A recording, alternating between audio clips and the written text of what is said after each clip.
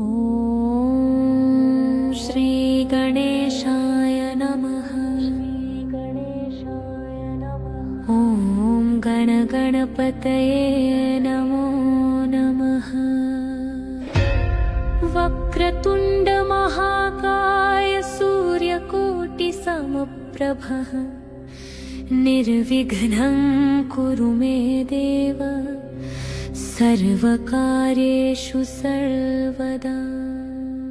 ॐ अस्य श्रीरणविमोचन महागणपतिस्तोत्रमन्त्रस्य शुक्राचार्य ऋषिऋणविमोचन महागणपतिर्देवता अनुष्टुप् छन्दरणविमोचन महागणपतिप्रीत्यर्थे जपे विनियोगः।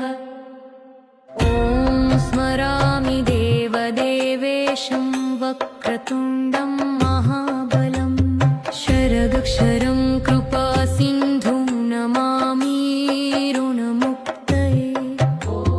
महागणपतिं वन्दे महासेतुं महाबलम् एकमेवाद्वितीयं तु नमामि ऋणमुक्तये। एकाक्षरं त्वयैकदन्तम् एकं ब्रह्म सनातनं महाविघ्नहरं देवं नमामि ऋणमुक्तये। शुक्लाम्बरं शुक्लवर्णं शुक्लगन्धानुलेपनं सर्वशुक्लमयं देवं नमामि ऋणमुक्तये। रक्ताम्बरं रक्तवर्णं रक्तगन्धानुलेपनं रक्तपुष्पै पूज्यमानं नमामि ऋणमुक्तये। कृष्णाम्बरं कृष्णवर्णं कृष्णगन्धानुलेपनं कृष्णयज्ञोपवीतं च नमामि ऋणमुक्तये। पीताम्बरं पीतवर्णं पीतगन्धानुलेपनं पीतपुष्पैः पूज्यमानं नमामि ऋणमुक्तये। सर्वात्मकं सर्ववर्णं सर्वगन्धानुलेपनं सर्वपुष्पैः पूज्यमानं नमामि ऋणमुक्तये। एतद्ऋणहरं स्तोत्रं त्रिसन्ध्रं यः पठेन्नरः षण्मासाभ्यन्तरे तस्सरणच्छेदो न संशयः। सहस्रदशकं कृत्वा ऋणनप्तो धनी भवेत्। ॐ स्मरामि देवदेवेशं वक्रतुण्डं महाबलं शरदक्षरं कृपासिन्धुं नमामि ऋणमुक्तये। महागणपतिं वन्दे महासेतुं महाबलम् एकमेवाद्वितीयं तु नमामि ऋणमुक्तये।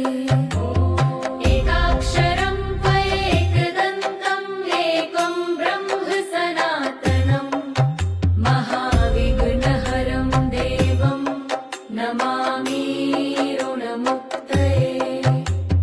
शुक्लाम्बरं शुक्लवर्णं शुक्लगन्धानुलेपनं सर्वशुक्लमयं देवं नमामि ऋणमुक्तये।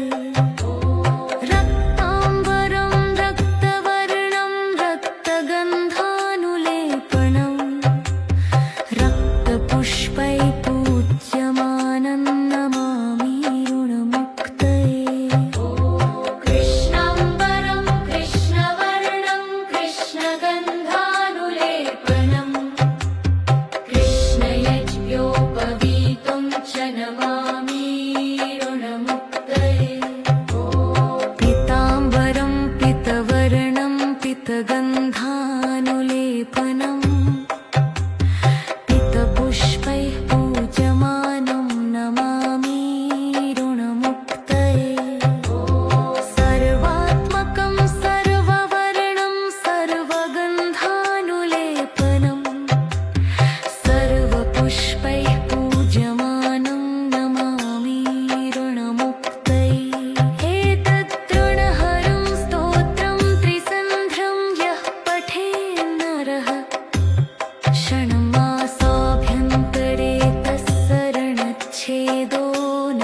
संशयः सहस्रदशकं कृत्वा ऋणलब्धो धनी भवेत् ॐ स्मरामि देवदेवेशं वक्रतुण्डं महाबलं शरगक्षरं कृपासिन्धुं नमामि ऋणमुक्तये महागणपतिं वन्दे महासेतुं महाबलम्